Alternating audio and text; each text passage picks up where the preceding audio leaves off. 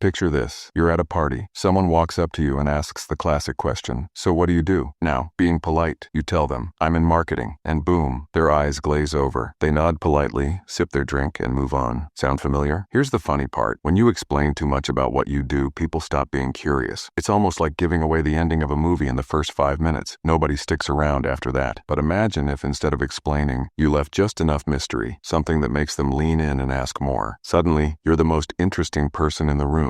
And that's what this book, Never Tell People What You Do, is all about. Over the next chapters, we'll dig into why this happens, how curiosity works like a magnet, and how you can use this subtle strategy to gain respect, influence, and even opportunities. So if you're tired of people underestimating you, stay with me, because this book will flip the way you introduce yourself forever. Let's be real. Most of us were raised to believe that when someone asks, "What do you do?" we should proudly state our job title or business. Sounds harmless, right? But here's the catch. The moment you give a straightforward answer, people instantly put you inside a tiny box in their mind. For example, imagine you say, "I'm an accountant." In their head, they immediately imagine spreadsheets, calculators, and boring tax talks. You might be an adventurous, fun-loving person who loves hiking and late-night music jams, but in their mind, you just became Mr. or Ms. Spreadsheet. And here's the real problem. The label becomes louder than your personality. It's almost unfair, isn't it? Just one word and boom, you're reduced to a stereotype. Let me give you another scenario. You meet someone new and they tell you, "I'm in IT." What's the first image that pops into your mind? Probably computers, coding, long hours behind screens, maybe a nerdy vibe. But what if that same person also runs marathons, plays guitar, or travels the world every summer? You'd never know, because their job title already hijacked your brain. This is the danger of telling people what you do. Job titles kill curiosity. They stop the conversation before it even begins. Think of it like a movie trailer. If a trailer shows you the entire plot, including the climax, would you still buy a ticket? Of course not. The reason we watch trailers is to be teased, to be curious, to wonder what happens next. Similarly, when you tell people everything up front, you remove the mystery. And mystery is the secret ingredient that makes humans lean in, listen closer, and want more. The less you reveal, the more they imagine. Now let's flip it. Imagine instead of saying, "I'm in marketing," you said something like, "I help brands make people fall in love with them," sometimes without even realizing it. Notice the difference? One answer shuts down the conversation. The other one opens a new door. Suddenly, the other person leans forward, their eyes light up, and they say, "Wait, how do you do that?" And boom, you've got them hooked. This is not just clever wordplay. It's psychology. Humans are wired to be curious about what they don't fully understand. If you give them the whole picture, their brain relaxes and moves on. But if you give them a puzzle, their brain lights up and wants to solve it. Curiosity is the fuel and mystery is the spark. Here's the first big lesson of this book. Don't rush to tell people what you do. Don't box yourself inside boring titles. Instead, drop hints, share a story, create curiosity. Let them be the ones asking you the next question. Because in a world where everyone is screaming their job titles, the quiet mystery maker is the one people remember. So stop handing out business cards that say, "I'm an accountant" or "I'm in IT. Instead, hand out curiosity. Give people a reason to chase your story. The world doesn't remember labels, it remembers stories. And the less you reveal, the more powerful your story becomes. Chapter 2. The Silent Power of Mystery. Imagine this. You walk into a room full of people. Some are talking loudly about their jobs, flashing business cards, telling everyone about their promotions. Then there's one guy sitting quietly, calm, smiling slightly, not saying much about what he does. Funny enough, people are more curious about him than the loud ones. Why? Because mystery pulls people in. See, human psychology works like this. When you tell everything about yourself immediately, the other person's brain goes, "Got it, nothing new to know." But when you hold back, when you don't reveal every detail, their brain goes into curiosity mode. Who is this person? What's their story? Why aren't they telling me everything? That curiosity? That's power. Think about movies. If a trailer shows the entire story, do you even feel like watching the movie? Nope. But when they drop just a few intense scenes and leave you hanging, you rush to the theater. Same rule applies to you. If you reveal everything in the first 5 minutes, you become predictable. But if you control the flow, people stay hooked. Now here's the twist. Mystery doesn't mean being secretive or arrogant. It means choosing wisely what to say and, more importantly, what not to say. Leaders know this. They never put all their cards on the table at once. They reveal just enough to inspire trust, but hold back enough to keep curiosity alive. Here's the punchline. When people don't know everything about you, their imagination fills the gap, and imagination is always bigger than reality. Let me give you a story. There was a young entrepreneur who always told everyone about his startup ideas at parties. People nodded, smiled, but no one really respected him. Then he changed his approach. He stopped talking about his work and instead listened more. Guess what happened? There's a famous author who used this trick in every interview. Whenever someone asked about his book, he'd simply say, "Writing this book changed my life." That's it. No spoilers, no extra details. Guess what? Everyone bought the book just to find out how. If he had explained everything in the interview, curiosity would have died right there. Say less and people people will imagine more. Psychologists even confirm this. The human brain hates gaps. When you don't give the full picture, people automatically fill in the blanks, and often they imagine something bigger and better than reality. That's why suspense movies keep you hooked. The unknown is irresistible. And here's a little power move. The moment you really want to explain yourself fully, don't hold back. That restraint makes you rare, and rarity is always valuable. Kill the mystery, you kill the magic. So next time, whether it's in an interview, a date, or just hanging out with friends, don't overshare. Share 30%, leave 70% to imagination. You'll instantly become more attractive, more powerful, and more unforgettable. Chapter 5. The Power of Mystery. Imagine two people walk into a room. The first one immediately starts talking. Hi, I work at this company, I do this job, I've achieved this, here's my life story. Within 5 minutes, you know everything about them. The second person just smiles, listens, and only drops small hints. Yeah, I've been working on something exciting. That's it, no details. Suddenly your brain lights up with curiosity. Wait, what do they do? What's exciting? Why aren't they saying more? Mystery is not emptiness, it's magnetic power. Here's why. Our brains are addicted to filling gaps. Psychologists call this the curiosity gap. When people don't know something, they lean in. They imagine, they chase, they value you more. That's why the most charismatic leaders, celebrities, even CEOs don't reveal everything at once. They leave breadcrumbs. They let others wonder. And when you finally reveal something, it feels like gold. Think about your favorite movie trailer. It never shows the whole story. Just flashes, tension, and questions. That's why you buy the ticket. But if the trailer gave away the ending, would you even bother watching? The less you reveal, the more people want. So the next time someone asks, what do? Resist the urge to spill every detail. Instead, say something that sparks curiosity. For example, instead of, I'm a software engineer at XYZ company, you say, I help people do things online faster than they ever thought possible. Boom. Now they'll ask, wait, how? And that's the game. You don't chase their attention, you pull it. Silence and mystery aren't empty, they're weapons of influence. Chapter 6. Turning curiosity into respect. So you've built curiosity. People are leaning in, wondering about you, waiting for the next detail. But here's the catch. Curiosity alone isn't enough. If you stop there, you're just a mystery novel with no ending. Curiosity gets attention, but respect keeps it. Think about it. Anyone can play mysterious for a while. But what happens when people finally discover what you actually do? That's the make or break moment. If the reveal matches the hype, you earn respect. If it falls flat, you become a letdown. Example. Imagine someone at a party says, I'm working on something that will change how we live. Everyone's curious. But then after a big build-up, they say, I'm selling glow-in-the-dark shoelaces. Respect? Gone. Curiosity? Dead. So the key is this. When you finally reveal what you do, it should have substance. Something that makes people think, oh wow, no wonder they didn't overshare, this is legit. Mystery without value is just empty air. But mystery backed by depth turns into influence. The best way, keep your explanations simple but impactful. For example, instead of, I'm in digital marketing, you could say, I help businesses grow even while they sleep. Now, that's intriguing. When they dig deeper and you show results, the respect locks in. It's like magic tricks. The trick itself grabs attention, but when the magician pulls it off flawlessly, the audience claps not just because they're curious, but because they respect the skill. Respect is curiosity fulfilled with proof. So remember, don't just stop at being mysterious, back it up with real value, because curiosity may open the door, but respect makes people invite you in. Chapter 7. How to answer without answering. Picture this, you're at a party holding your drink, enjoying the vibe. Then someone walks up and asks, so, what do? Now pause for a second. You have two options. 1. You blurt out your job title and they instantly box you in. Oh, so you're just another accountant, engineer, teacher. 2. Or, you play it smart. You give them an answer without really answering. Sounds like magic, right? But it's not. It's influence. Here's the thing. When you answer too directly, you kill curiosity. People stop asking questions and the conversation dies. But when you answer in a way that gives just enough, you spark interest. For example, instead of saying, I'm in sales, you say, I help businesses grow faster than they think is possible. Instead of, I'm a software developer, you say, I build tools that make people's lives way easier, sometimes without them even realizing it. Boom. Curiosity unlocked. The trick is focus on impact, not titles. Don't tell people what you do. Tell them what happens because of what you do. And here's the fun part. Sometimes the best answer isn't even an answer. You flip the script. Someone asks, what do? You smile and say, that's a dangerous question. People started coming to him asking questions, curious about what he was building. His silence made him more powerful than his words ever did. This is the secret of mystery. It flips the dynamic. Instead of you chasing attention, attention chases you. So remember this, next time someone asks, so what do? Right, don't spill your whole resume. Give a short, simple line that sparks interest, then pause. Watch how they lean in, wanting more. That pause, that silence, that's your leverage. Because mystery is not about hiding. It's about holding space for curiosity. And curiosity, my friend, is the gateway to influence. Chapter 3. Why explaining too much weakens you. Let me tell you a quick story. A startup founder once went to pitch investors. Instead Instead of giving a sharp 5-minute pitch, he talked for 45 minutes. He explained every detail, his childhood inspiration, his product features, even the color of his office walls. By the end, investors were bored, confused, and uninterested. Another founder came in after him. She only said, "We're solving a problem that costs companies $1 million a year, and our solution is the fastest in the market. That's it." Boom. Investors leaned in and asked her for more. See the difference? One begged for attention. The other commanded it. When you explain too much, you sound weak. When you say less, people respect you. The more words you use, the more desperate you look for approval. Desperation smells like weakness. But when you keep it short and sharp, people assume you're confident. It's the same reason a boss who speaks in one sentence gets more respect than an employee who rambles for 5 minutes. Think about relationships too. When someone ignores your text and you send 3 paragraphs explaining why you messaged them, guess what? You just killed all attraction. But when you simply say, "Hey, thought of you," you leave them curious. Explanations lower value. Silence raises power. So remember, every time you feel the urge to over-explain, pause. Because the strongest people in the room aren't the ones talking the most. They're the ones who talk the least but leave the biggest impact. Chapter 4. How Curiosity Makes You Attractive. Picture this. You walk into a party. 2 guys are standing there. Guy number 1 is bragging nonstop. His job, his car, his latest vacation. Guy number 2, he barely talks. He smiles, listens, and when he finally says something, it's short, sharp, and interesting. Now, who do you think people are drawn to? Exactly the second guy. Because here's the truth. People are attracted to curiosity, not constant answers. When you reveal everything about yourself up front, people lose interest. But when you show only a glimpse, like a movie trailer instead of the full movie, you trigger curiosity. And curiosity is magnetic. If I tell you, you might not look at me the same way. Now what happens? Their brain lights up, they lean in, you own the moment. Remember this golden rule. Information makes you predictable. Curiosity makes you powerful. So next time someone tries to put you in a box with that boring question, don't give them the box. Give them the mystery. Chapter 8. Turning Silence into Influence. Let's be honest, most people are terrified of silence. The second there's a pause in a conversation, they panic. They start blurting random stuff just to fill the gap. But here's the truth. Silence isn't awkward. It's powerful. Think about the most confident people you've met. Do they rush to speak? Nope. They wait. They let their words breathe. And that pause, that silence, that's what makes everyone else lean in. Here's a quick story. 2 guys go into a job interview. Candidate 1. He answers every question instantly like a robot. The interviewer nods, but nothing really sticks. Candidate 2. He listens, smiles, and before answering, he pauses. He looks the interviewer in the eye. Then he speaks, slowly, clearly. Guess which one gets remembered? Candidate 2. Why? Because silence, shark authority. Silence does 3 things for you. 1. It creates tension. People start paying attention because they want to hear what's next. 2. It shows confidence. Only insecure people rush. Confident people control the tempo. 3. It flips the power. When you're silent, others feel the need to fill the gap, often revealing more than they planned. Here's a simple hack. Next time someone asks you a tough question, don't answer right away. Pause, breathe, smile. That 3-second silence will make your answer land 10x harder. And remember this punchline. Silence is not weakness. Silence is strategy. So if you want influence, don't just master what to say, master when not to say it. So let's rewind for a second. We started with a simple idea. Stop telling people what you do. Why? Because when you talk too much, you lose power. But when you hold back, you gain curiosity, respect, and influence. We covered how mystery creates attention. Answering without answering makes you look smart and in control. Silence is not awkward. It's your secret weapon. Now here's the big truth. People don't respect what you give away for free. They respect what you protect. So the next time someone asks, "What do you do?" don't hand them your entire life story on a silver platter. Give them just enough to spark curiosity. Let them chase the answer, not you chasing their approval. Because the moment you stop trying to impress people, you start to influence them. And here's your challenge. For the next 7 days, practice this rule. Never fully answer the question, "What do you do?" If this book hit you hard, then don't just sit on it. Practice it, live it, and then come back here and comment, "Power is mine."